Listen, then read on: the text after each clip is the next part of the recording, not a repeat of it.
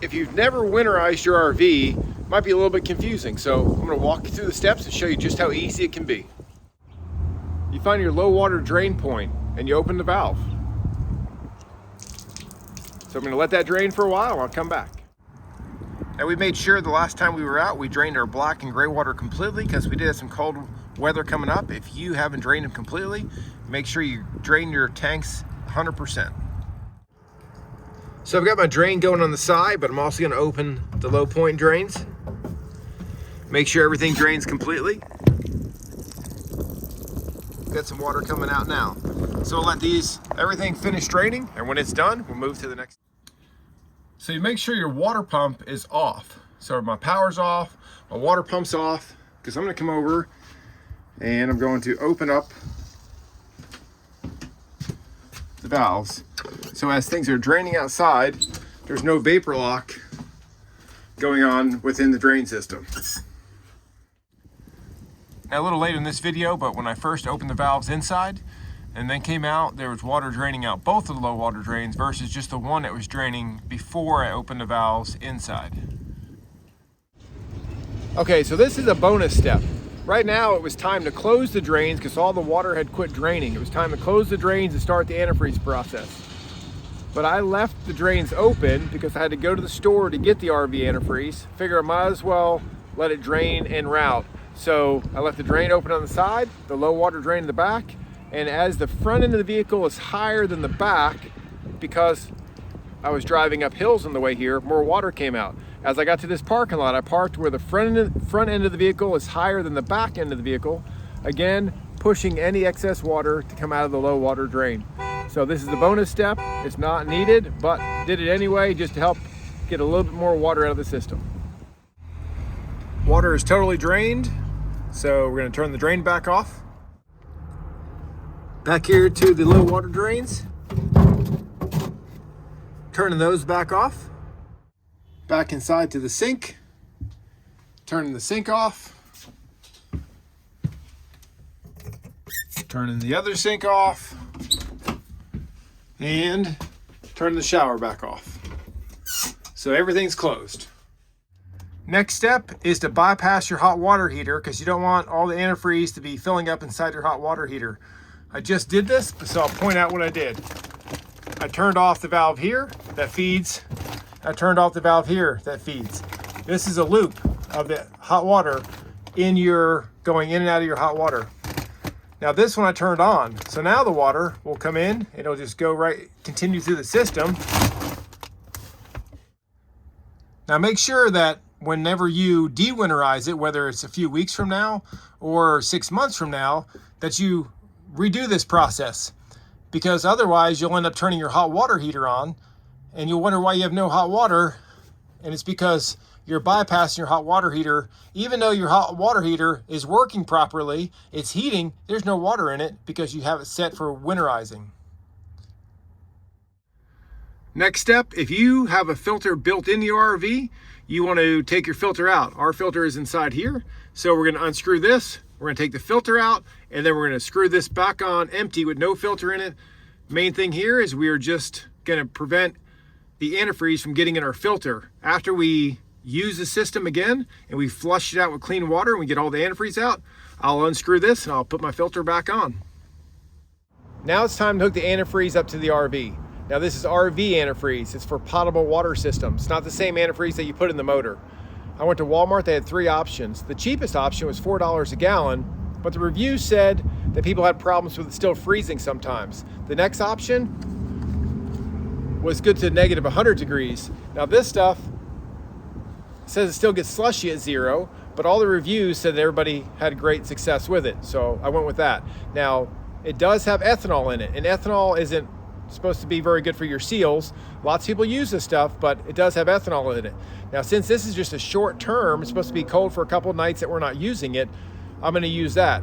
Now, for later in the winter, I bought Star Bright. Star Bright is $10 a gallon, but it's ethanol free. And so if we get to a section in the middle of the winter where we're not going to use it, say for a month or 2 or longer, I'm going to put that in it. So that way it's an ethanol free antifreeze hooked up. So let's go to the next step. I've got my antifreeze hooked up. I got it ran into the container. I'm coming down here to winterize lines, number 2-4. So I go up to 2 and I go to 4. Okay, so I've got the power on. I'm gonna turn the water pump on. And since I'm on the winterization outside, I hear my water pump kicking on. And I've got my water on over here, so I'm just gonna wait for it to come out on hot water. Now it's bypassing the valve, so it's not having to go through the hot water itself and hot water tank itself and fill it up. We're just filling up the lines with the antifreeze right now. There's the clean water that was in the line that still didn't drain all the water out, despite draining all of it. It still didn't get every bit of it out, so now we're just waiting for it to turn pink. And we see it turning pink.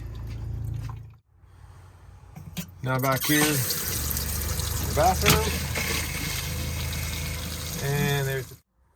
So we're gonna do just the hot in the shower.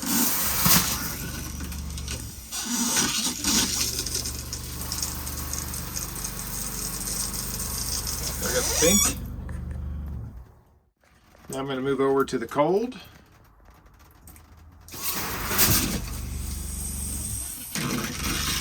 Of course, I've got to flush this line out of the handle itself, so it's coming out clear. Waiting for the pink.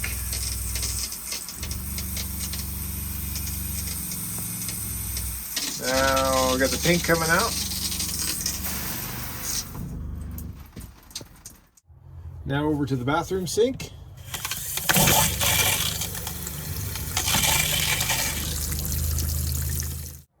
And back to the kitchen sink.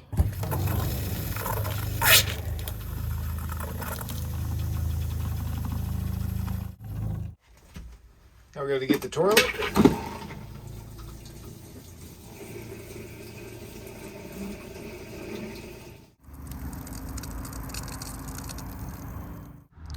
Okay, so on this outside, I'm going to turn the pump off for the outside, and I'm going to unscrew this fitting so the hose for the outside shower is disconnected.